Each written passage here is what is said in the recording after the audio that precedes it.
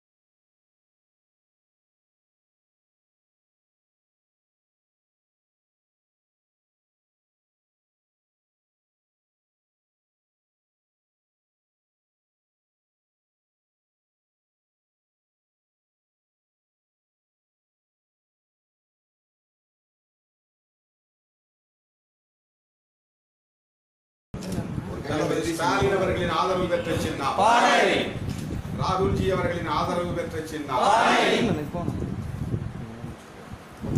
அந்த பாணி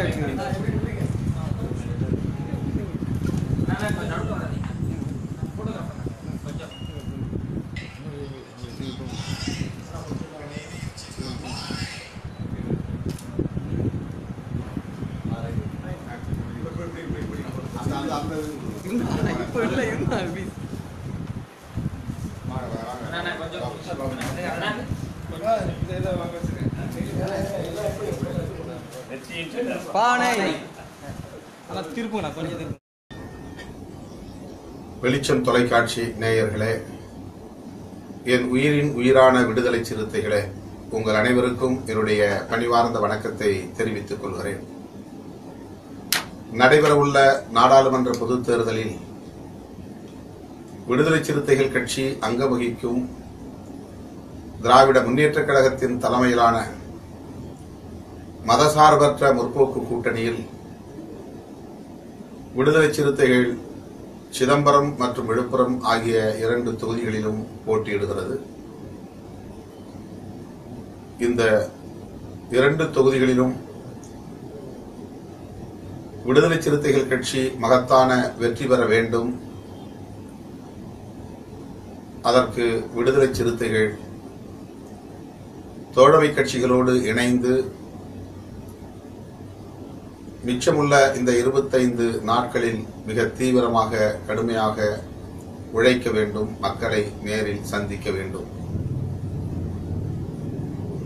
அறிவிக்கப்பட்ட அனைத்து வேட்பாளர்களும் தொகுதியில் மக்களை சந்தித்துக் கொண்டிருக்கிறார்கள். தவிர்க்க முடியாத நிலையில் நான் இன்னும் சென்னையில் இருக்கிறேன். விரைவில் தொகுதிக்கு வர வேண்டும், உங்களை எல்லாம் சந்திக்க வேண்டும் என்கிற பதைப்போடு இருக்கிறேன். தேர்தல் களத்தில் மக்களை சந்திப்பதற்கான பயண திட்டங்களை நமது தேர்தல் பொறுப்பாளர்கள் வரையறுத்துக் கொண்டிருக்கிறார்கள். இது தொடர்பாக நம்முடைய கட்சியின் முன்னணி பொறுப்பாளர்கள் ஆற்ற வேண்டிய கடமைகள் குறித்து சில கருத்துக்களை பகிர்ந்து கொள்ள வேண்டும் என்கிற அடிப்படையில்தான் உயிரின் உயிரான என்னும் இந்த நிகழ்ச்சியின் ஊடாக உங்களை சந்திக்கிறேன். தேர்தல் நெருங்கிவிட்டது. அகில இந்திய அளவில் பரபரப்பு தொற்றிக் கொண்டது. அனைத்து கட்சி தலைவர்களும் சூறாவளி சுற்றுப்பயணத்தை மேற்கொண்டு வருகிறார்கள். திராவிட முன்னேற்றக் கழகத்தின் தலைமையில் நாம் அமைத்திருக்கிற மதசார்பற்ற முற்போக்கு கூட்டணியின் தலைவர்களும் சுற்றுப்பயணத்தை தொடங்கிவிட்டார்கள்.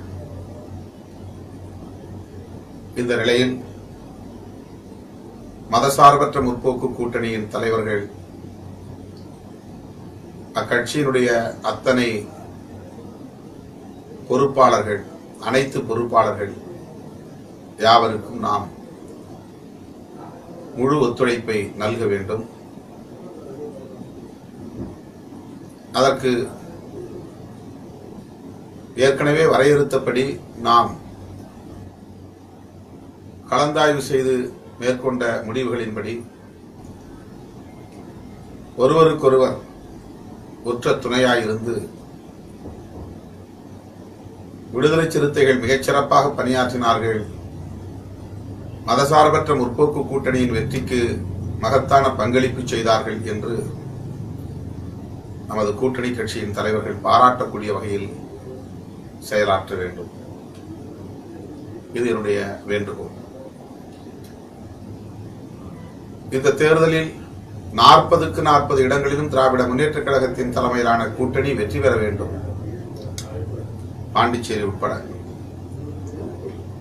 தமிழக அரசியலில், இந்திய அளவிலான அரசியலில் ஒரு மகத்தான மாற்றத்தை ஏற்படுத்த வேண்டியது காலத்தின் கட்டாயமாக உள்ளது, ஒரு வரலாற்று தேவையாக உள்ளது. எனவே தொலைநோக்கு பார்வையோடு கடமையாற்ற நாம் களத்தில் நிற்கிறோம். இதை தோழர்கள் புரிந்து கொண்டு சிறப்பாக பணியாற்ற வேண்டும் என்று நான் மீண்டும் மீண்டும் வேண்டுகோள் விடுக்கிறேன். பிப்ரவரி 18ஆம் தேதி நம்முடைய கட்சிக்கு தனி சின்னம் கோரி தேர்தல் ஆணையத்திற்கு விண்ணப்பித்தோம். முதல் பட்டியல், தனி சின்னங்களை அறிவிப்பதற்கான முதல் பட்டியல் வெளியான போது தமிழகத்தில் அப்படி விண்ணப்பித்த பலருக்கும் சின்னங்கள் அறிவிக்கப்பட்டன. ஆனால் விடுதலை சிறுத்தைகளின் பெயர் அதில் இடம்பெறவில்லை.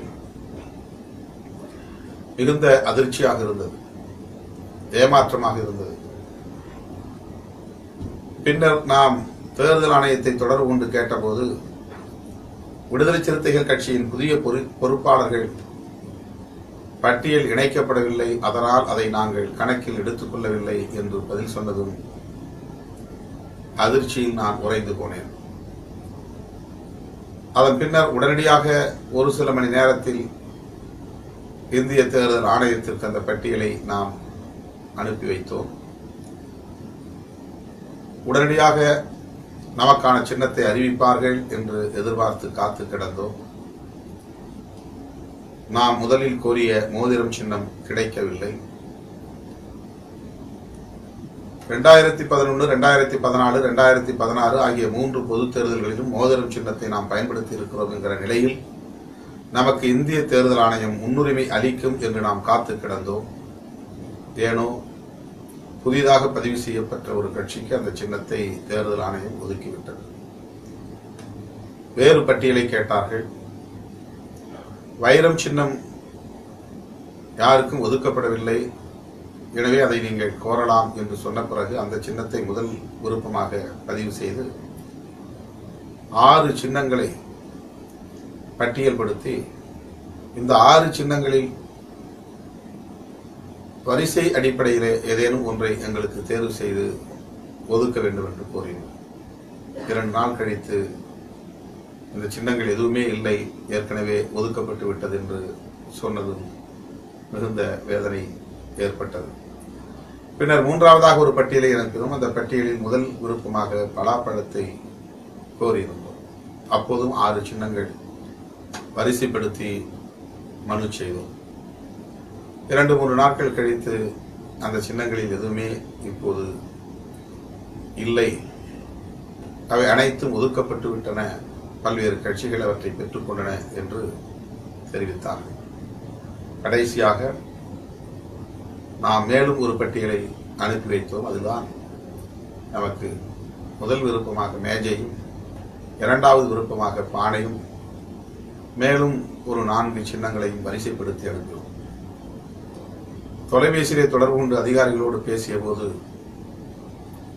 இதிலும் எந்த சின்னமும் உங்களுக்கு கிடைக்க வாய்ப்பில்லை என்று சொன்னதும் எனக்கு உள்ளபடியே கவலை மேலோங்கிவிட்டது. ஏன் இந்த நிலை என்று நான் மன அழுத்தத்திற்கு ஆளானேன். சின்னம் முன்கூட்டியே ஒதுக்க பெற்றால்தான் துண்டறிக்கைகளில், சுவரொட்டிகளில், இன்னும் நாம் பயன்படுத்தக்கூடிய பிரச்சார பொருட்களில் அவற்றையெல்லாம் பதிப்பிக்க முடியும், பொறிக்க முடியும். கடைசி நேரத்திலே நாட்கள் எல்லாம் கடந்து போன பிறகு அந்த சின்னத்தை ஒதுக்கினால் இந்த பணிகளை எல்லாம் முன்கூட்டியே செய்ய முடியாது. ஆக திட்டமிட்டு ஏதோ பழிவாங்குவதைப் போல் இருக்கிறதே என்கிற வேதனையில் இருந்த நேரத்தில் தான் நேற்று இரவு 8 மணி அளவில் எனக்கு இந்த மகிழ்ச்சியான செய்தி கிடைத்தது. மேஜை சின்னம் இல்லை என்கிற நிலையில் இரண்டாவதாக நாம் கோரியிருந்த பானை சின்னம், அதையும் அடுத்த ஒரு விண்ணப்பத்திலே முதலாவது விருப்பமாக பதிவு செய்துதான் அனுப்பினோம். அது கிடைக்காது என்றுதான் பதில் சொல்லப்பட்டது. ஆனால் கடைசி நேரத்தில் பானை சின்னம் நமக்கு கிடைத்தது. காலம் கடத்தினாலும் கூட மன அழுத்தத்தை அதனால் நமக்கு அவர்கள் அளித்திருந்தாலும் கூட மன நிறைவை தரக்கூடிய ஒரு சின்னமாக பானை சின்னம் கிடைத்திருக்கிறது. பாமரர்களின் பாரம்பரியமான சின்னம், இன்றைக்கும் நாள்தோறும் மக்கள் பயன்படுத்தக்கூடிய பொருள் பானை. இந்த சின்னம் கிடைத்ததில் அளவிறந்த மகிழ்ச்சி. ஒரே நொடியில் நாடு முழுவதும் பானை சின்னம் மக்களிடத்தில் போய் சேர்ந்திருக்கிறது. இதுதான் பானை சின்னம். தோழர்கள் வரையும் போதும் சரி, துண்டறிக்கைகள் அச்சிடும் போதும் சரி, சுவரொட்டிகள் அச்சிடும் போதும் சரி, அல்லது டிஷர்ட் போன்ற ஆடைகளில் பதிப்பிக்கிற போதும் சரி, இதுதான் இடம்பெற வேண்டும். வேறு வடிவத்தில் எந்த பானையையும் பதிப்பிக்க கூடாது, வண்ணத்தில் பதிப்பிக்க கூடாது. அதாவது சிவப்பு நிறத்தில் பானை இருக்கும், அப்படி பானையை பதிவு செய்யக்கூடாது. இதில் எப்படி இருக்கிறதோ இதுதான் நம்முடைய EVM, எலக்ட்ரானிக் ஓட்டிங் மெஷின். நாம் வாக்குப்பதிவு செய்யக்கூடிய எந்திரத்தில் பெயர், படம், என்னுடைய வேட்பாளர் படம், அதற்கடுத்து நாம் வாக்களிக்கக்கூடிய சின்னத்தின் படம் இருக்கும். ஆகவே சின்னத்தில் இப்படித்தான் இருக்கும். எனவே இயக்க தோழர்கள், தோழமை கட்சிகளின் நண்பர்கள் அனைவரும் இந்த சின்னத்தை மட்டுமே பயன்படுத்த வேண்டும். சுவரில் எழுதுகிற போதும் இந்த சின்னம் எப்படி இருக்கிறதோ, என்னுடைய வாய்ப்பகுதி, கழுத்து பகுதி, மற்ற பகுதிகள் எவ்வாறு இருக்கின்றனவோ இதில் சின்ன மாற்றம் கூட இல்லாத வகையில இந்த சின்னத்தை மக்களிடத்தில் கொண்டு போய் சேர்க்க வேண்டும். அங்கிங்கு எனாதபடி அதை கொண்டு போய் சேர்க்க வேண்டும். எப்போதோ திரைப்படத்தில் ஊரை தெரிஞ்சுக்கிட்ட என்கிற ஒரு திரைப்படத்தில் பானை சின்னத்தில் போட்டியிடக்கூடிய வேட்பாளருக்கு ஓட்டு கேட்டு பிரச்சாரம் செய்வதை போன்ற ஒரு பாடல் வெளியாகி இருக்கிறது. அதை உடனடியாக நமது தோழர்கள் டவுன்லோட் செய்து சமூக வலைத்தளங்களில் பரப்பி வருகிறார்கள் என்பதை அறிந்து நான் மிகுந்த மகிழ்ச்சி அடைந்தேன். நமக்காகவே அந்த சின்னத்திற்கான பாடல் எழுதப்பட்டதை போல அது அமைந்திருக்கிறது.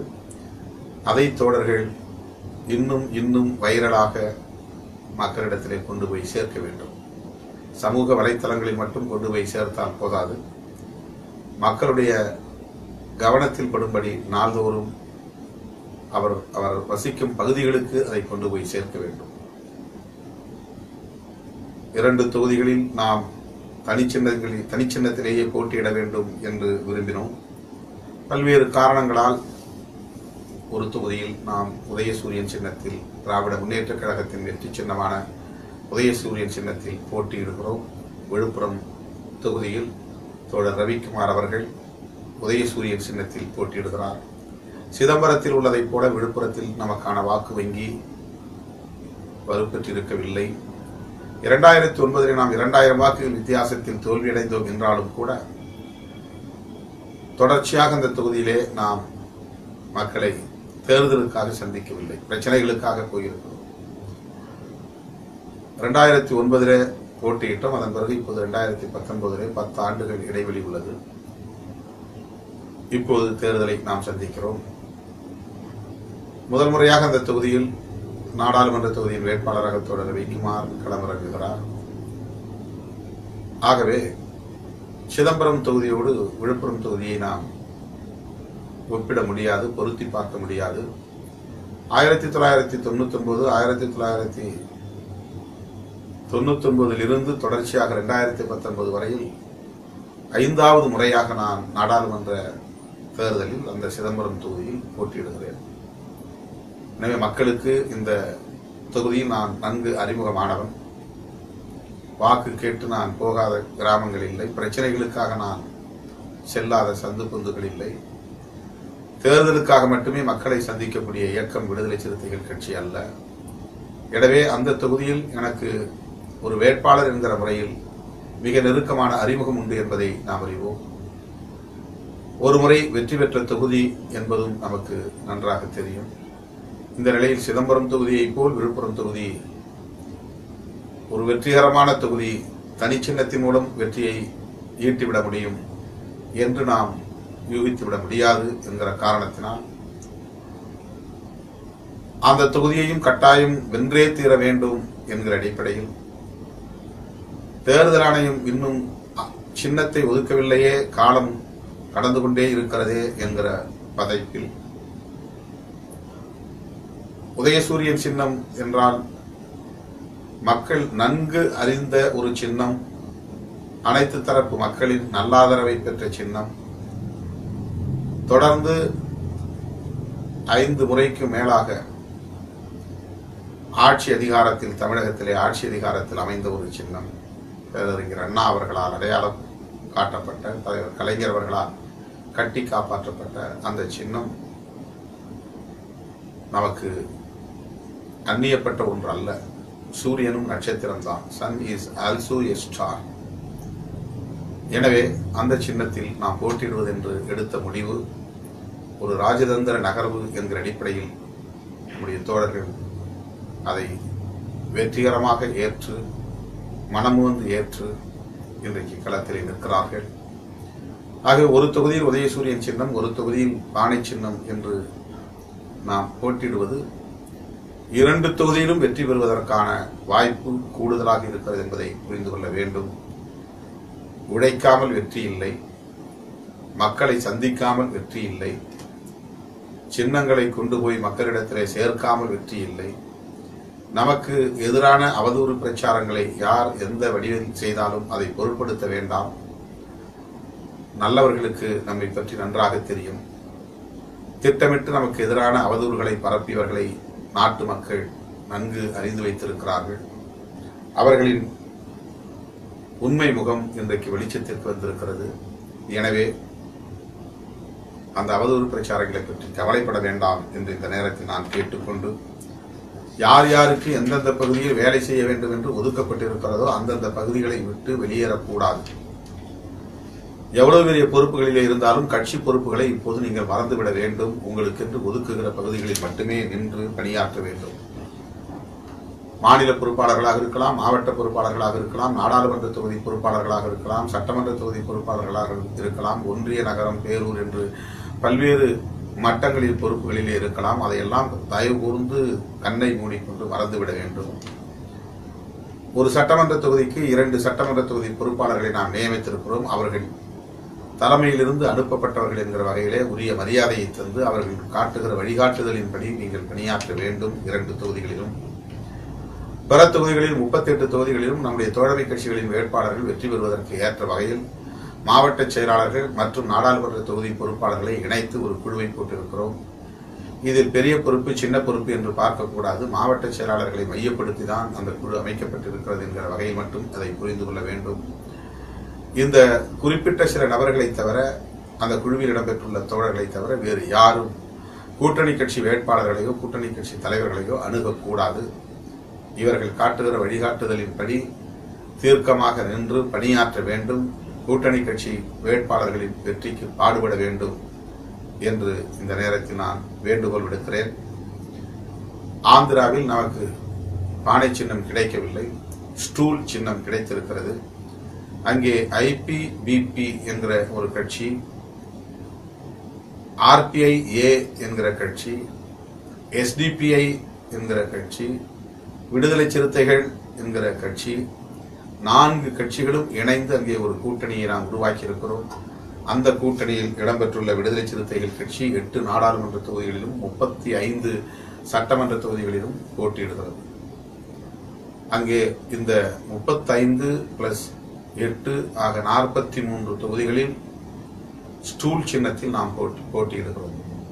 கேரளாவுக்கும் கர்நாடகாவுக்கும் இன்னும் நாம் சின்னத்தை கேட்டு பெற இயலவில்லை. அங்கே ஸ்க்ரூட்டினி முடிந்த பிறகு, வேட்புமனு சீராய்வு முடிந்த பிறகு சின்னம் ஒதுக்குவார்கள். கேரளாவில் 3 தொகுதிகளிலும் கர்நாடகாவில் 2 தொகுதிகளிலும் போட்டியிட தீர்மானித்துள்ளோம். தென்னிந்திய மாநிலங்களில் இந்த தேர்தலில் விடுதலை சிறுத்தைகள் கட்சி போட்டியிடுவது என்பது வரலாற்று முக்கியத்துவம் வாய்ந்தது. தமிழகத்தை பொறுத்தவரையில் 2 தொகுதிகளிலும் நாம் மாபெரும் வாக்குகள் வித்தியாசத்தில் வெற்றி பெற வேண்டும். அதற்கு முழுமையான ஒத்துழைப்பை தோழர்கள் நல்க வேண்டும் என்று கேட்டுக்கொள்கிறேன். இன்னும் நிறைய பேச வேண்டும். 5:30 மணிக்கு மேல் நமது இந்த உயிரின் உயிரான நிகழ்ச்சிக்கு நேரமில்லை. முடிந்தால் நாளையும் உங்களோடு உயிரின் உயிரான நிகழ்ச்சியின் ஊடாக உரையாடுவேன், கருத்துக்களை பகிர்ந்து கொள்வேன். நாளை ஒரு நாள் மட்டும் நான் சென்னையில் இருக்கிறேன். தவிர்க்க முடியாத ஒரு நிகழ்ச்சி. பிபிசி செய்தி நிறுவனம் கல்லூரி மாணவர்களோடு கலந்துரையாடுவதற்கான ஒரு வாய்ப்பை வழங்கியிருக்கிறது. 1 மணி நேரம் அந்த உரையாடல் நிகழ உள்ளது. அதில் நான் பங்கேற்க வேண்டும் என்பதால் சென்னையில் இருக்கிறேன். இயக்கத் தோழர்கள் இந்த தேர்தல் களத்தில் விழிப்பாக இருந்து பணியாற்ற வேண்டும். வெற்றிகரமான ஒரு கூட்டணி இது என்பதை வரலாற்றில் பதிவு செய்ய வேண்டும். அதற்கு ஏற்ப பணியாற்ற இப்போதே உறுதி ஏற்றுக்கொண்டு ஒவ்வொருவரும் களத்தில் வரிந்து கட்டிக்கொண்டு வீரியத்துடன் செயல்பட வேண்டும் என கேட்டுக்கொள்கிறேன். மீண்டும் சந்திப்போம். மதசார்பற்ற முற்போக்கு கூட்டணி மாபெரும் வெற்றி பெறும்.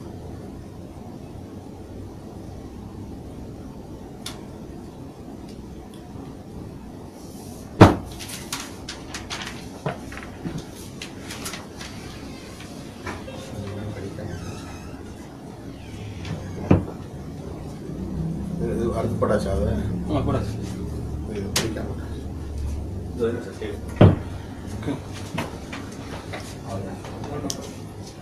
க்ளோஸ் பண்றேன். படிக்கணுமா சார்?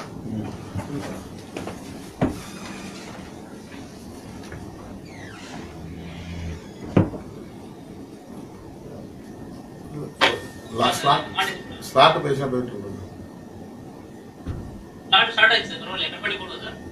கட் பண்ணி போட்டா பாப்பாங்களா? இந்த கட்சியில பட்டோம்.